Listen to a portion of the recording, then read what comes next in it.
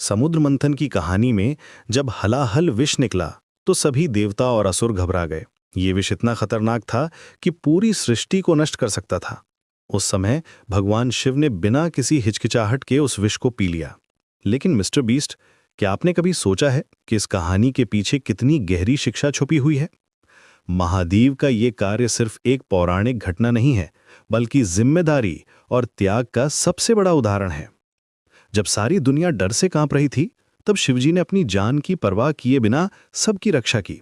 उन्होंने विष को अपने गले में रोक लिया, जिससे उनका गला नीला हो गया और वे नीलकंठ कहलाए। इस कहानी में सबसे खूबसूरत बात यह है कि महादेव ने ये काम किसी इनाम या प्रशंसा के लिए नहीं किया। ना तो वे स्वर्ग के सुख चाहते थे, ना ही कोई महिमा। उनके मन में सिर्फ एक ही भावना थी, सबकी रक्षा करना। यही तो असली नेतृत्व है, जहां व्यक्ति अपने फायदे की नहीं बल्कि दूसरों की भलाई की सोचता है। आज के समय में भी हमारे आसपास ऐसे लोग हैं जो महादेव की तरह दूसरों की परेशानियों को अपने ऊपर ले लेते हैं। माता पिता अपने बच्चों के लिए, डॉक्टर अपने मरीजों के लिए, शिक्षक अपने छात्रों के लिए, ये सभी अपने तरीके से हलाहल पीते रहते हैं।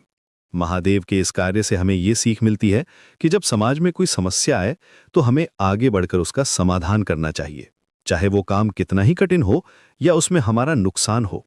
क्योंकि सच्ची महानता इसी में है कि हम अपने स्वार्थ से ऊपर उठकर दूसरों के भलाई के बारे में सोचें।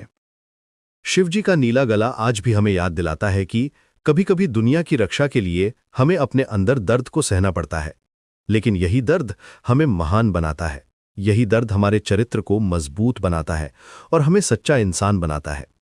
इसलिए जब भी जिंदगी में कोई मुश्किल आए तो महादेव के इस उदाहरण को याद रखिए।